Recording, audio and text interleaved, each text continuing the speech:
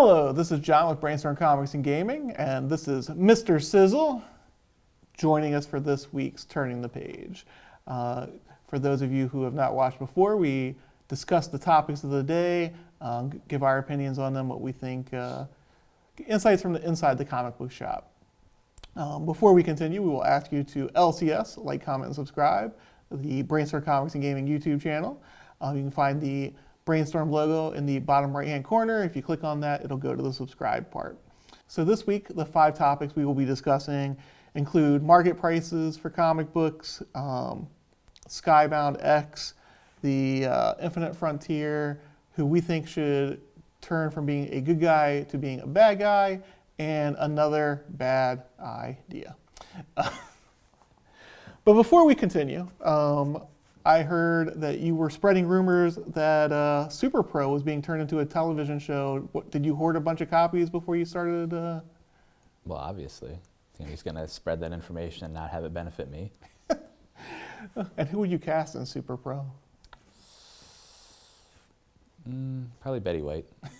She's got range. She does. You're guaranteed a decent amount of viewers at that point, I guess. Oh, yeah.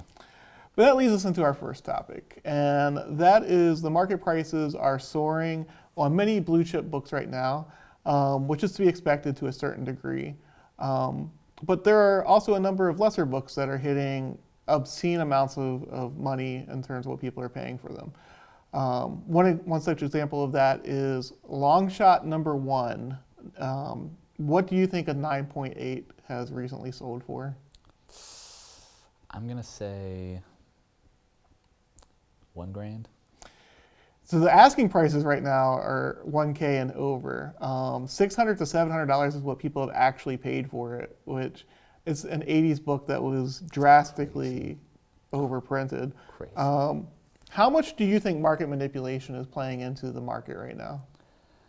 Well, I think, and we've talked about this before in different ways, I think the short answer is I think there is market manipulation going on. I think how it's happening is a little bit of a trickier question. There's a couple different ways you could attack that. There's a couple different things where I could see that it's probably happening here. Do I have like definitive proof? No. Can I see it happening in that way? Yes. I think there's a lot of different people. I think everything going on right now, and comics are not the only industry. I mean, we've seen clearly from Pokemon, Magic, like all kinds of things, collectibles in general, even stuff not comic affiliated or store affiliated at all, because of the pandemic and a lot of different other things. Stuff is soaring up in price, collectible things, people are raising the prices on them like crazy, people are trying to get it. But in particular, a lot of things like Pokemon cards and comics right now are going insanely high. And I do think that part of that is the pandemic, but part of that definitely has other people stoking the flames and making that go higher. Another common denominator between all of those are the social media influencers. And almost all of them have some tie to the market. They have a vested interest in how the market is doing and what have you. And obviously, I own a comic book store, but I think from watching these videos, I think people get a general idea that I'm pretty honest on each one of the topics that we discuss. I don't try and bash anybody's favorite because everybody has their favorite, but I try and give like my honest opinion on how I feel about the different things. And I think one of the social media influencers for comic books, he always talks about, off-market sales or private sales. And I'm like, I think that's a way to manipulate the market, because what corroboration are you getting of this private sale? And are you going to share that information? As far as I know, he never has. So why would you trust that information given by that person? Right. Now, I will say for comic books right now, there are a large number of people coming in from the card collecting community, and because they see how much money is on the table right now, and that I think is pushing up the price organically, like. Because the more people you have, right, the obviously the demand supply can't meet demand. Right. And then people also have pent-up buying power right now, like you were mentioning about the pandemic. People weren't going out to go to dinner. They weren't going to movies. They weren't going on vacation. So they had. This is all they had. They didn't have anything else. They needed to get that book. So, I mean, people did find other things to do. And you and I have discussed shill bidding on eBay, how you get a group of friends together and you get them to bid on a book that you put up. And yes, it costs you 10% or 15% of whatever the overall value is, but the idea is that you're driving the value of the book up substantially to where you're making a profit off of the book. And maybe you have 10 copies of it, so yeah, it costs you 15% of that one book, but like you're still making a substantial amount of money over what it initially started as. Right. And then we have the story that I told you about last year, and this is about Symbiote Spider-Man number 4, the second printing. How a guy claims that he did this as an experiment, and clearly, I mean, I think it's a trashy thing to do. I think it was a terrible thing to do, and so basically, the guy saw that the Symbiote Spider-Man number 4 second printing was in the Walmart packs. For those people who don't know, Walmart sells comics, and some of them have alternate covers that were not available in comic book shops. So one of the ones he got in one of those was a Symbiote Spider-Man number 4. He looked on eBay and he saw that there had only been one sale, I forget how long before it, a couple months before it. And so he saw that there were no other copies even on eBay. So he went to the online sellers, the most prominent ones, the top 5 or 10, and he bought out every copy that was available. So then he went on to a couple of the comic book groups. Then he posted on eBay a copy for $100. And then he went on several of the comic book groups on Facebook, and he said, "Hey guys, do you know anything about this book? Some guy's asking $100 for it on eBay." Immediately, he had a bunch more watchers on his posting on eBay. More importantly to him, somebody took a copy of it and posted it for $50, and it sold immediately because it was half the price of the other one. Now, you would think that some people would think like, oh, well, they sabotaged his thing. No, they actually helped him because they gave market data to what he was doing. So now maybe it wasn't worth $100, but it wasn't worth the $4 that he had put into it either. Now it was a $50 book. That's 12.5 times his investment into it, and he had multiple copies. And the price kept going up because then it started snowballing. Like people go, oh, well, somebody paid $50 for it, and I did not know about any of this. I'm not gonna lie. I sold like 4 copies of it for like $25. If I had known that, I would have just gotten rid of them at cover price. The value on those books was artificially inflated by somebody. And like I said, he came back out and he said, "Oh, well, it was just an experiment. I didn't mean anything by it."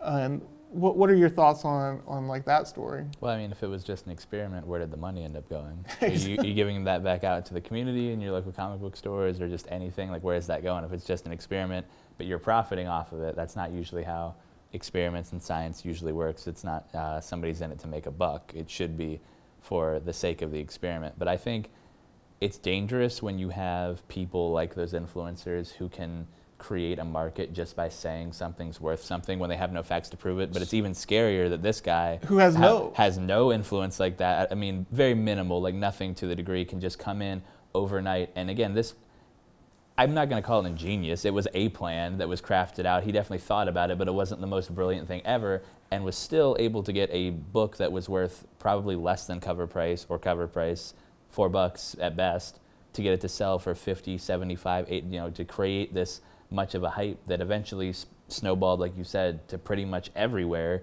There was a consensus that, oh, well, this book is going, nobody really is picking through the weeds to figure out why, but once the market and the ball starts rolling, you either kind of have to go with it or you miss the opportunity. So a lot of people, especially certain like comic book stores or collectors or things, who are relying on those types of like finding those things to make a profit off of that, they don't have a choice but to just follow where that trail is going and to just jump at it a second. They don't have the time to stop and be like, okay, well, wait a minute, why is this happening? What's going on here?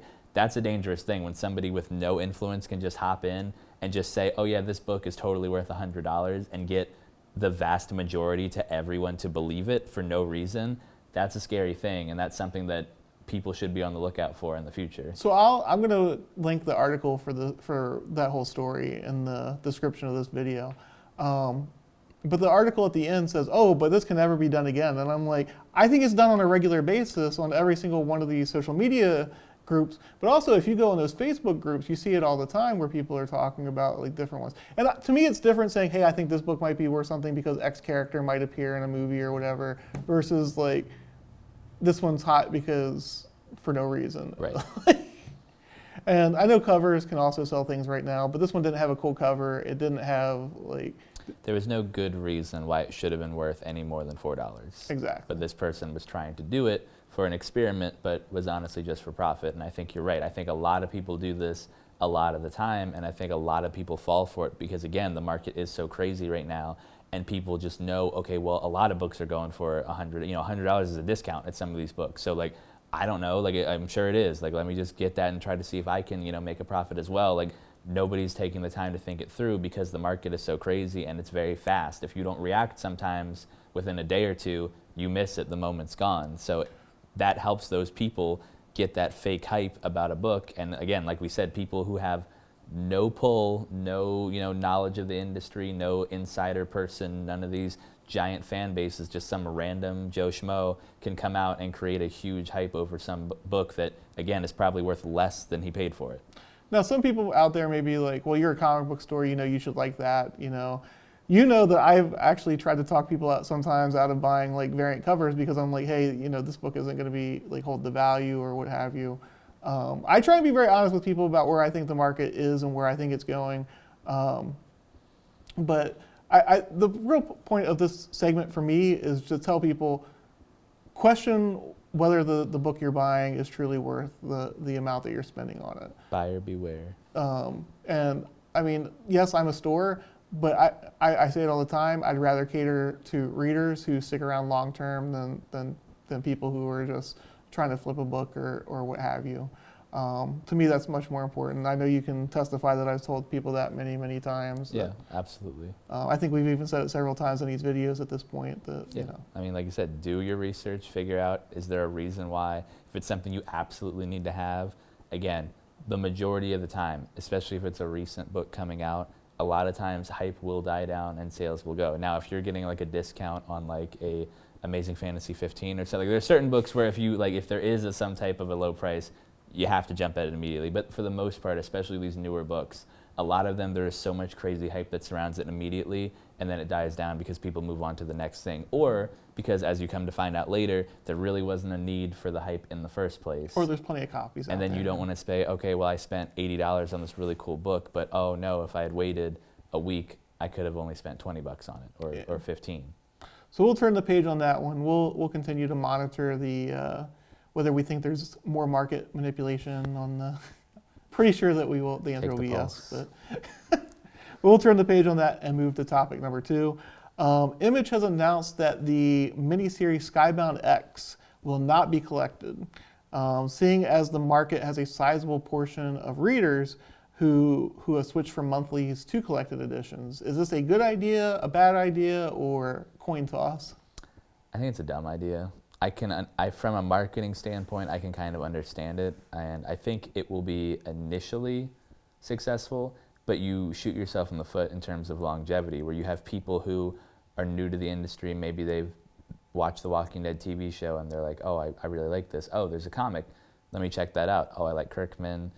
Image seemed pretty cool. Skybound, you want to check something out, and then come to find out, oh, there was this event that looks really cool, this miniseries, a year ago or something like that. Like, I want to see if I can get the trade for it, and then come to find out there never will be a trade for it, and then you're having to scramble around, look for individual issues. I think immediately I get what they're doing. I get you're trying to, again, to try to bring that hype around and make something valuable and make it a special type of event for people that read individually. If you're taking them at face value that that's what it's really for, I can understand that, but at a certain point, there are people who, like you said, only read trades now, and it's for a lot of different reasons. It might be your financial situation. It might just be you're not near a comic book store to get those type of books. You don't want to do digital or get stuff sent in the mail because that's a crapshoot of whether it's going to last the trip, and you don't have a choice but to be doing that. And you might have guys that have supported, or women who have supported you since you started.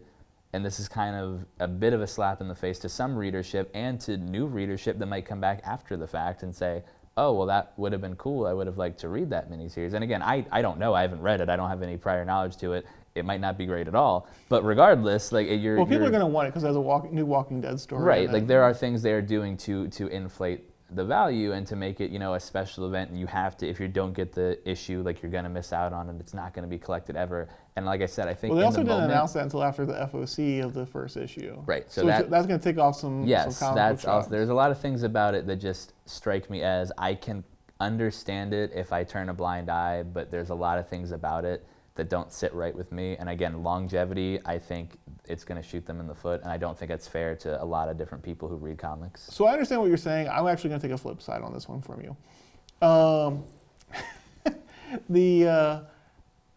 I think one of the things that this is trying to do is to get people back into comic book shops. I think it's kind of, because most people buy their graphic novels more from Amazon or from Barnes and Noble, like right. from booksellers as opposed to local comic book shops. So I think it does benefit shops from that perspective. Also, I still feel like there's a different feeling to getting a book monthly, or in this case weekly, because I believe it is a weekly series. I feel like there's more hype behind it when you come in and read it as it comes along, as opposed to getting it all at one time.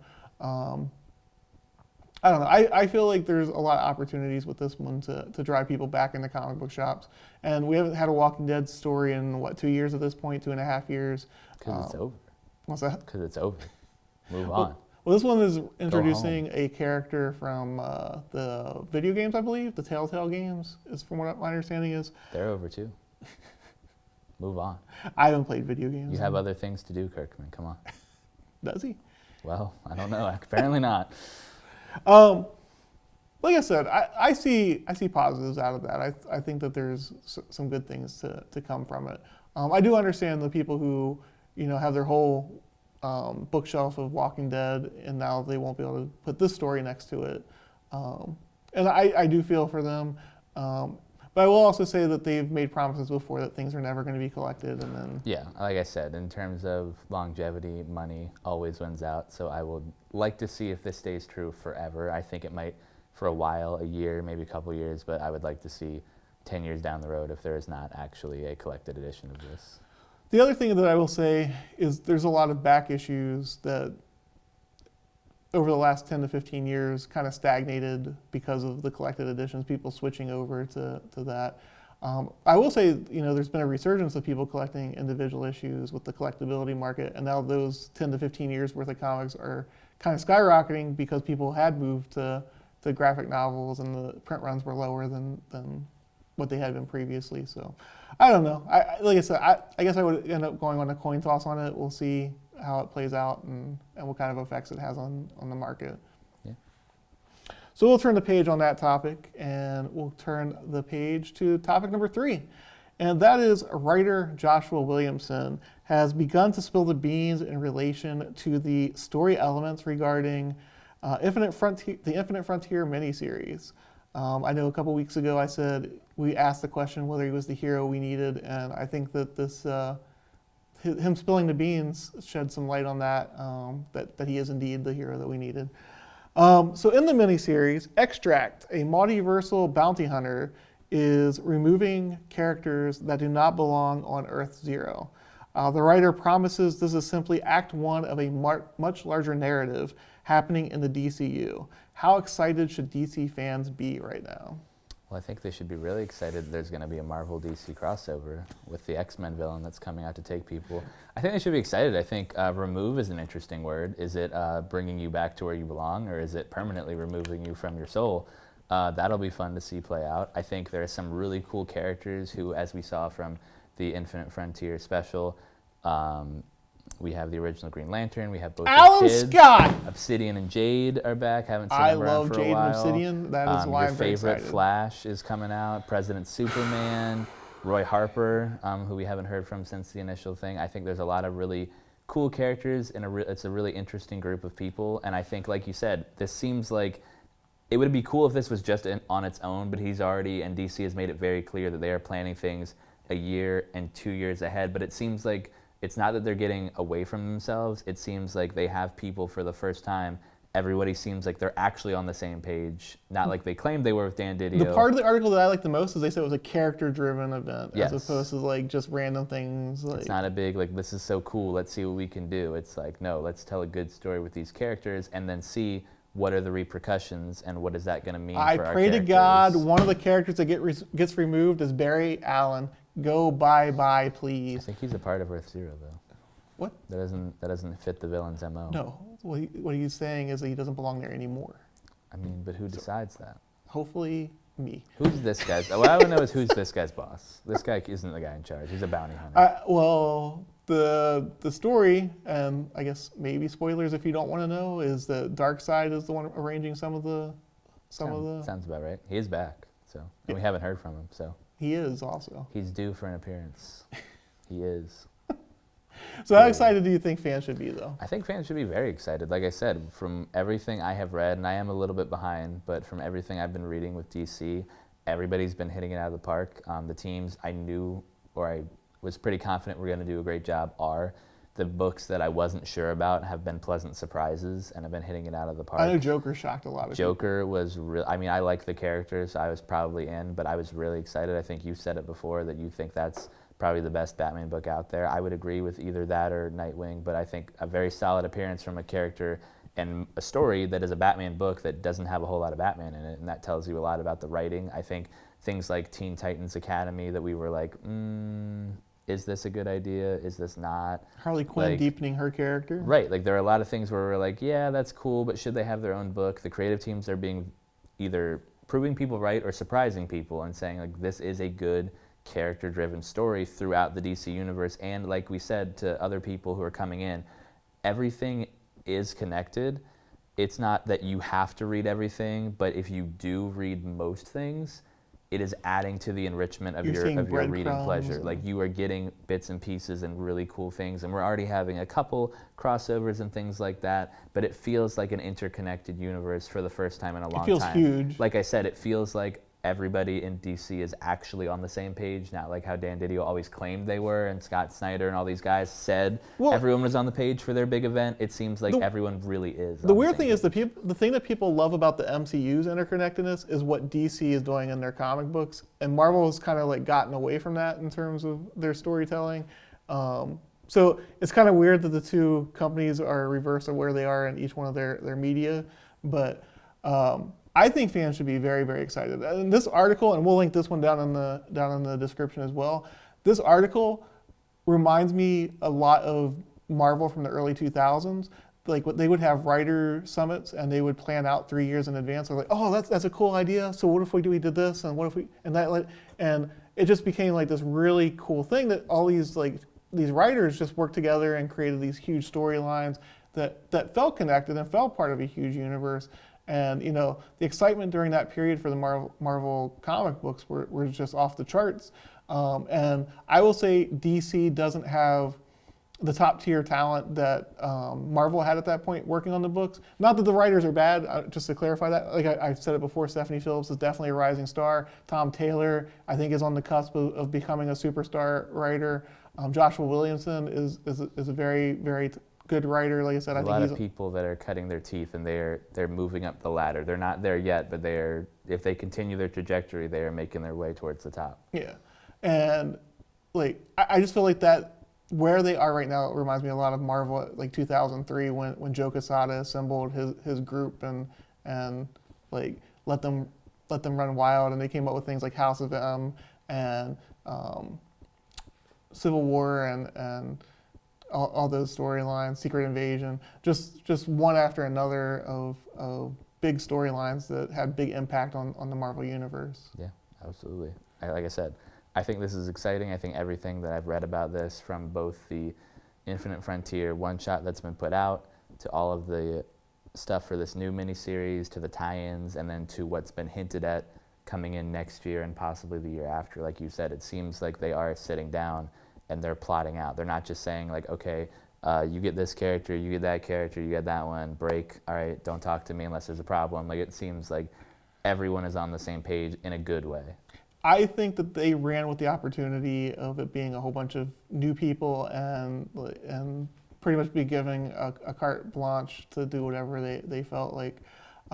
I do pray that if AT&T Time Warner does sell this division, that they do not mess with the stories going on right now. Right. I feel like there's a lot of money to be had if they just stay the course.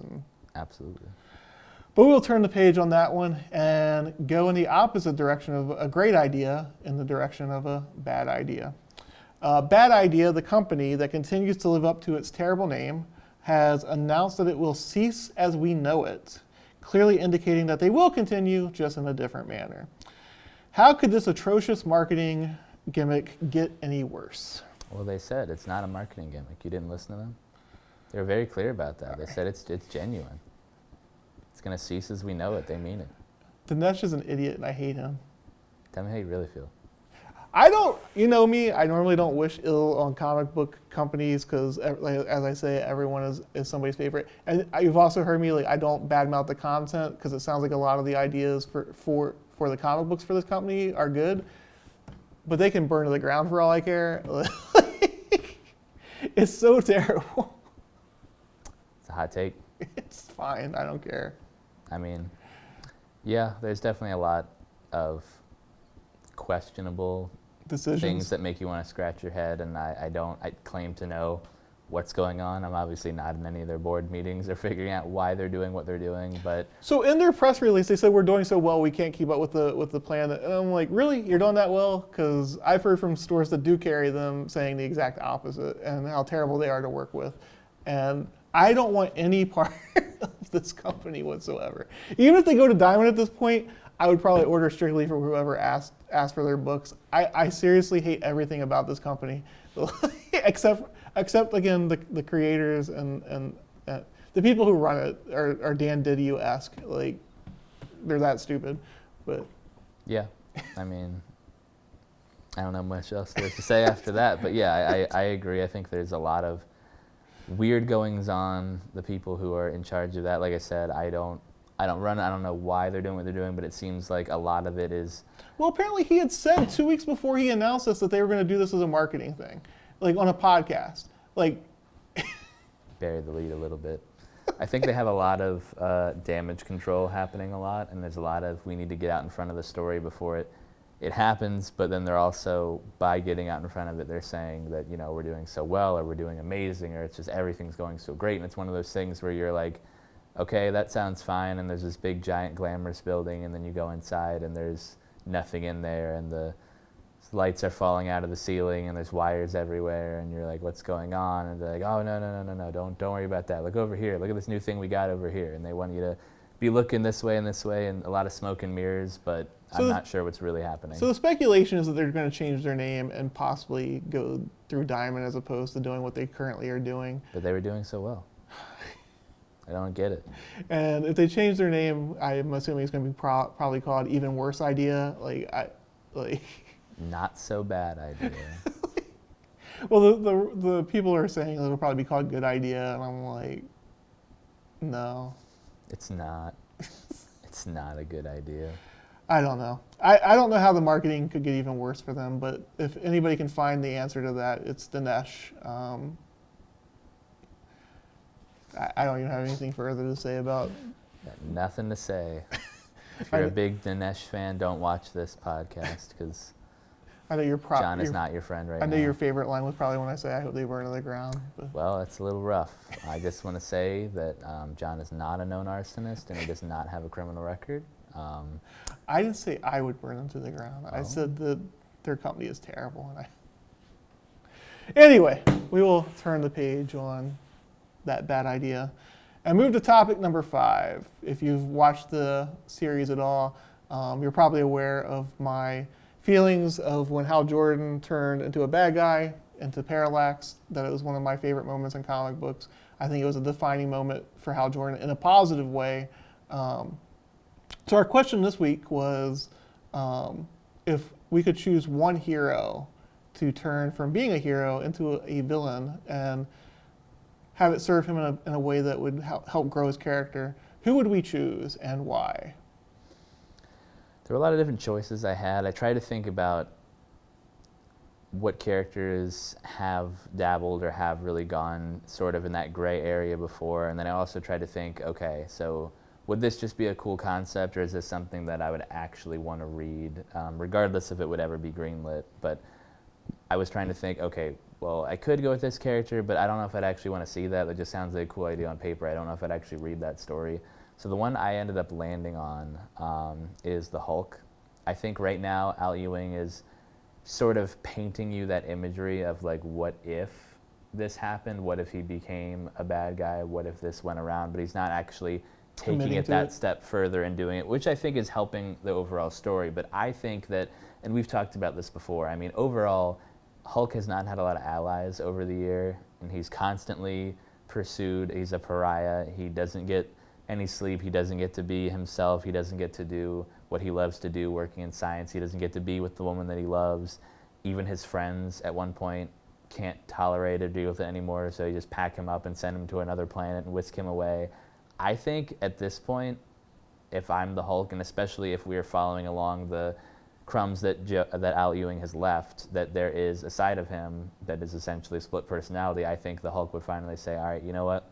You've run this ship for long enough, but you're done for right now. I'm sitting you in the back. You're not coming back out.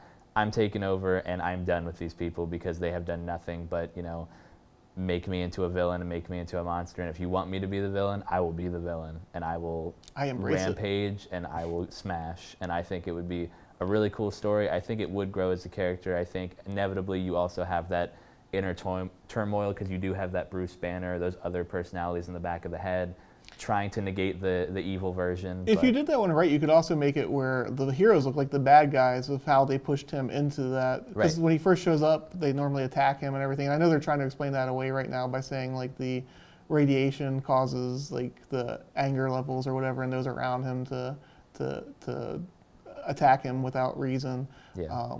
But I think especially the Illuminati part of sending him off to oh yeah, to a whole their hands are not clean by far. He's just holding up a mirror. Yeah. So I think that they could explore a lot of things with that, and like I said, you could make it questionable as to whether the good guys were really good guys and their contribution to him going in that direction. So I had 4 choices that I initially had. Well, I had 3, but the one led me to the 4th one. So at first I was like Doctor Strange. I know you said you considered that one also. And then I was thinking, you know, maybe Spider-Man because of the Killing Joke thing. Like if one bad day can drive you to being, you know. One more dead relative. Yeah. I mean, he's already had so much in his life. You could easily imagine one more pushing him in off the cliff and like, you know what, screw this. I'm going full heel, to use a wrestling term. And I was like, you know what? Let's go Batman. Batman already has dossiers on how to take out all of his friends. And I was like, you know who would really be a good one? Nightwing. And that's where I landed because I think that would have a big impact on Bruce. I think it would kind of cascade outward.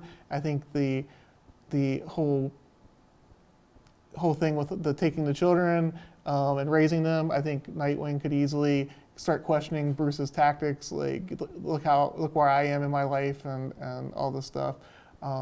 I feel like it could help deepen that character, and I think it would also even send Bruce even deeper off the deep end, even further off the deep end. I don't know how you feel about that. Yeah.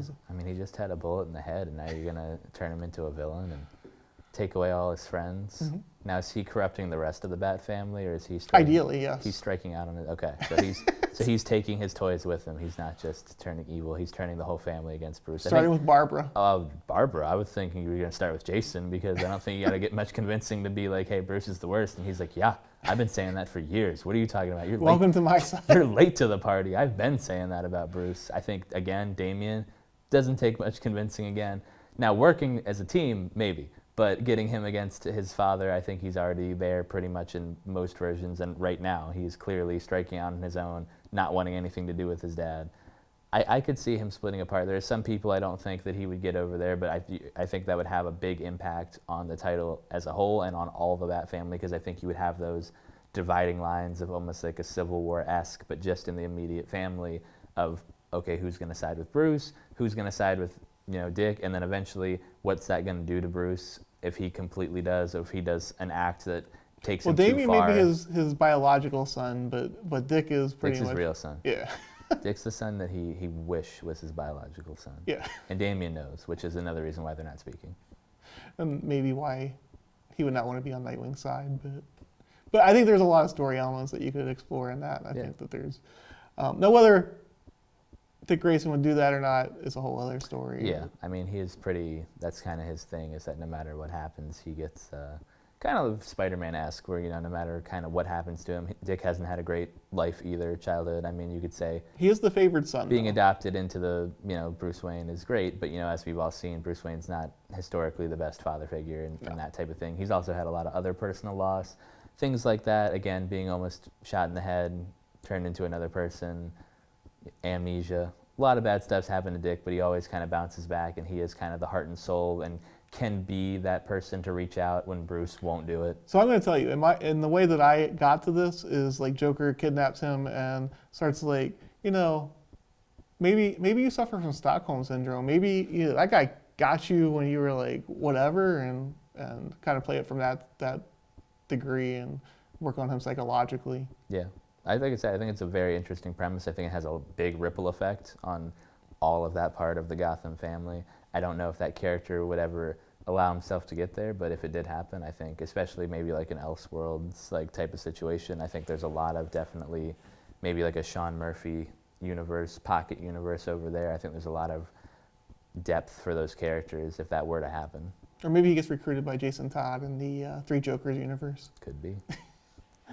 So we want to know from you guys and gals, who would you say would benefit from moving from being a hero to a villain, and why do you think so? Let us know down in the comments below. And that's it for this episode of Turning the Page. Don't forget to LCS, like, comment, and subscribe to the Brainstorm Comics and Gaming YouTube channel. You can click on the logo in the bottom right-hand corner. It will take you to subscribe. Let us know what you think we're doing right. Let us know what you think we're doing wrong. Let us know how much you hate Bad Idea as well. And we will see you next time. Have a good day.